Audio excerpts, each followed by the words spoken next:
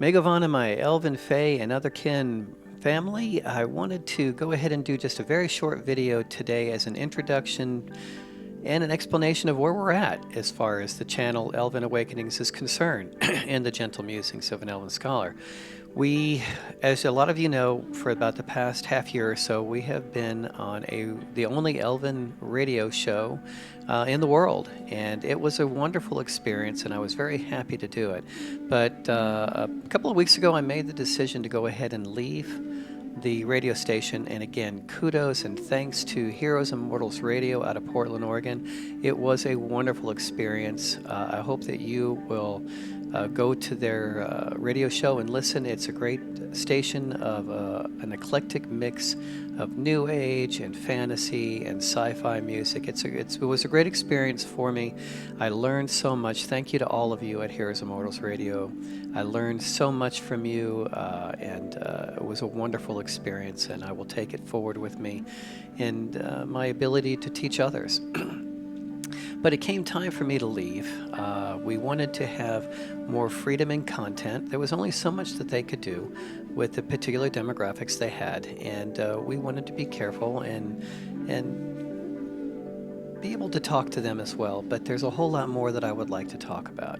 And so we've decided to go ahead and leave the show and to go back to what we were originally doing with YouTube, and now to be able to do a whole lot more. So we are going to have a lot more freedom in content, be able to talk to you more about the things that I would really like to do, and to get back to more live shows. That was not the best venue to do a live show, and so we're going to be going back to actually doing podcasting, and we will have a mix of recorded and live shows. So we will be doing live shows again here probably in the next couple of weeks, where you will be able to call in and talk to me, email, whatever you'd like to do, but they will be live, and so I'll be letting you guys know about that here in the next couple of weeks. I really enjoy the live format, and I like to be able to interact immediately in a one-to-one with my listeners and viewers. So I want to give you the freedom to be able to talk to me live and ask you questions or give you comments. So that's coming in a couple of weeks. But in the meantime, I also wanted to get back to shorter videos and more of them. Sometimes it's a little bit difficult with YouTube and even on the radio to have shows that last an hour or more. Because people have things that they need to do in the day, and they don't want to be able to have to sit down for an entire hour.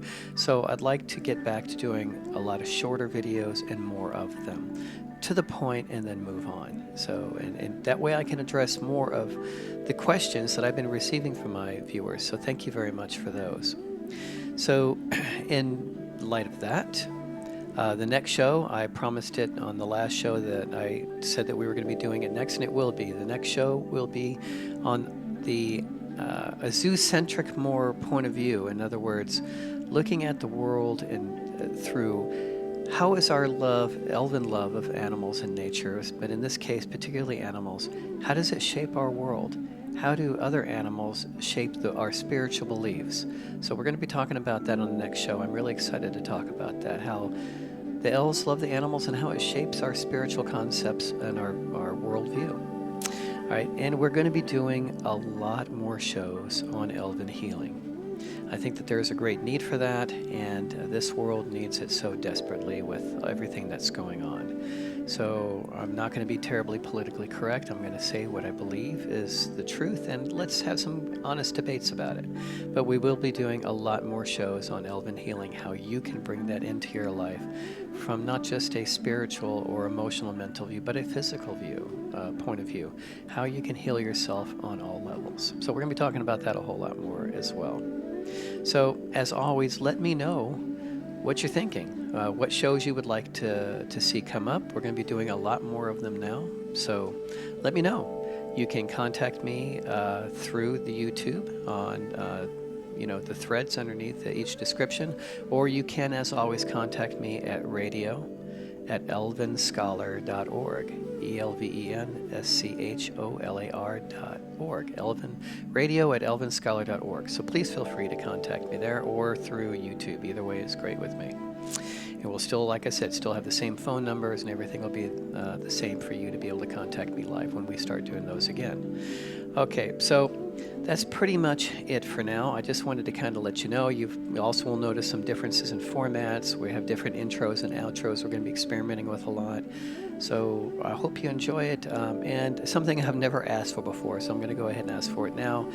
Because of the way YouTube works with their algorithms, that we really could use the hit the subscription button and the like buttons and notify some things like that, because YouTube will not show them, will not let people know, will not notify you and notify new people and show more of the show if you don't do that. So I'm trying to reach as many people as I can. This is all free. We don't plan on charging for any of these. So if you would hit those, and let's see if we can get the message out to some more people, because again, it's needed now more, I think, than ever before. All right, as I did in the radio show, we're going to be continuing with that, and that's having stories and final thoughts. So today, being a short video, we're just going to do final thoughts. And we do have a short story in this one as well. And this one is about fate and destiny. All right, I've talked about this before. This story is by Dare to Do Motivation, a wonderful YouTube channel. Please support them. They use their terminology a little bit differently than I would, but I still get it. I've mentioned before that there are two things. There is fate and there's destiny. Destiny is what we choose, and we interact and do it for ourselves, and it's something that we strive for to create within our lives, our destiny. And then there's fate, and that's when the universe goes, well, okay, I'm going to do it. I'm going to go ahead and take care of it for you. And you may not be happy what comes to you, but that's your fate because you allowed it to happen to you. Well, in this short clip that I'm about to play, they use the term fate, and I guess it still applies here. It's a story of a young lady who this very rich noble tries to have her killed off because he doesn't want a poor peasant marrying his rich son. And what it's trying to show is that whoever you truly are, whatever that may be, all said and done, the universe can't stop you from being that way, can't stop you from being who you are. In the end, you will be who you are, and nothing in the universe can stop that. And it's up to you to decide that you want this in your life. No matter what the world says, no matter what culture or society says about you, you are who you are, and you will be who you want to be. Dream big, and let that dream come true, because nobody can stop it. Nobody can stop you from being you. So I hope you enjoy this, and then we'll be right back.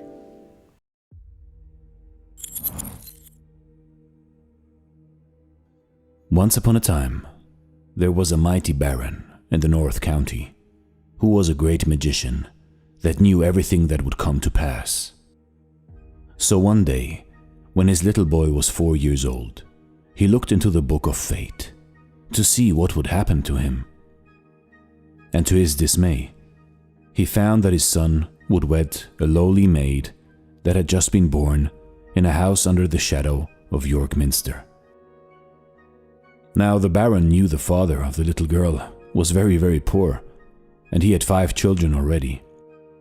So he called for his horse and rode into York, and passed by the father's house, and saw him sitting by the door, sad and doleful. So he dismounted and went up to him and said, "What is the matter, my good man?" And the man said, "Well, your honor, the fact is, I have 5 children already, and now a 6th's come, a little lass, and where to get the bread from to fill their mouths.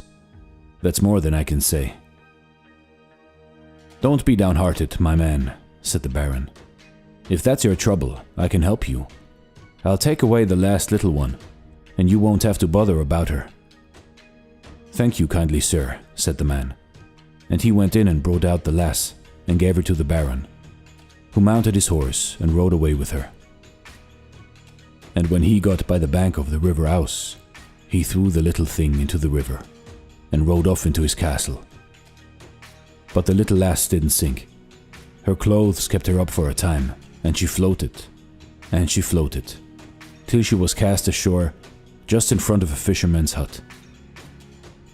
There the fisherman found her, and took pity on the poor little thing, and took her into the house, and she lived there till she was 15 years old, and a fine handsome girl. One day it happened that the Baron went out hunting with some companions along the banks of the river Ouse, and stopped at the fisherman's hut to get a drink, and the girl came out to give it to them. They all noticed her beauty, and one of them said to the Baron, "You can read fates, Baron. Whom will she marry, do you think?" "Oh, that's easy to guess," said the Baron. "Some yokel or other, but I'll cast her horoscope. Come here, girl, and tell me on what day you were born." "I don't know, sir," said the girl.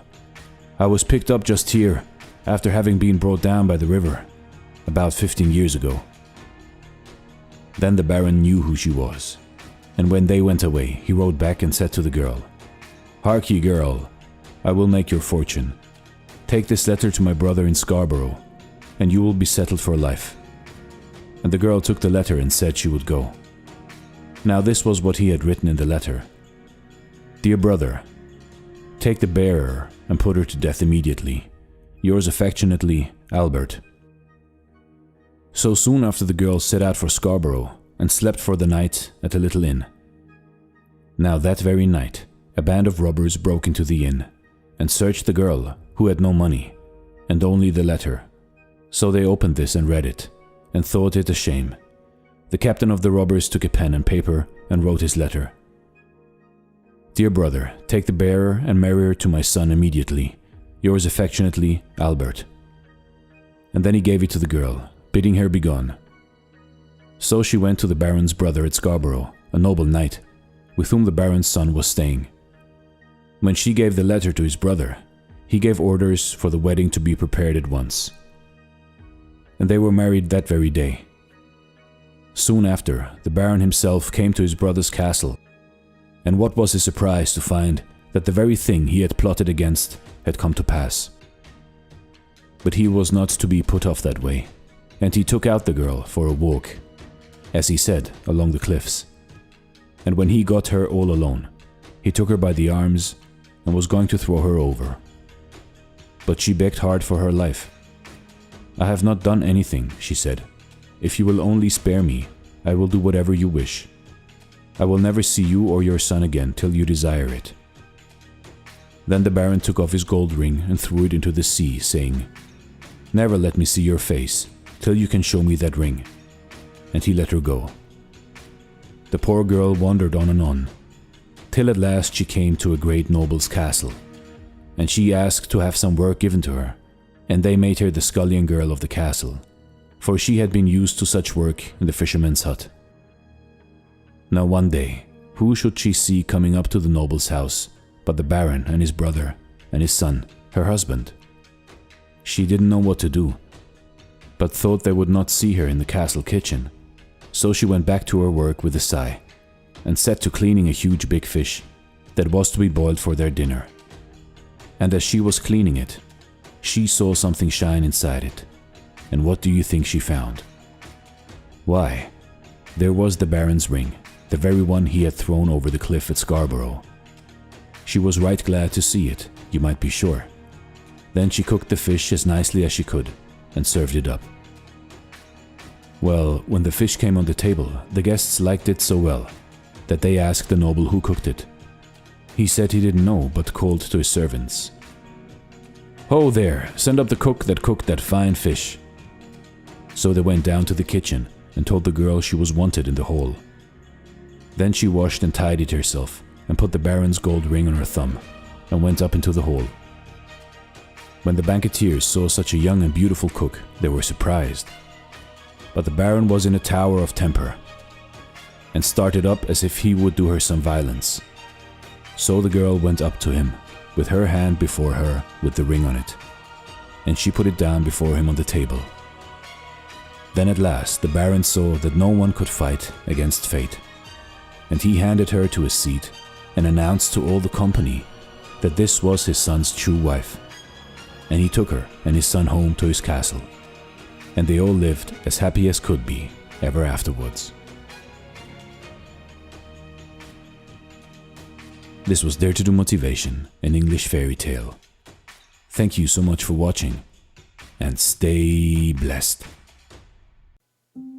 All right, so I hope you'll take that to heart, the story we just heard, that no one can make you be something that you're not. Always remember that your destiny is to reawaken, to remember who you are, no matter what the rest of the world may say. Well, that'll do it for today. I hope you enjoyed this little tiny show of ours. We're going to be doing a lot more of these and more to the point, a little bit more theme oriented. And I'll still be doing stories as well and final thoughts. And on that note, please let me know what you're thinking, how you like the new format, what you would like to see different, and any other shows that you'd like to see as well. All right? So, as always, thank you for listening, my friends. And until we are together again, may you all be blessed by the elves. My name is Dr. Erendil Spindalelis, and I am the Elven Scholar. Namarie.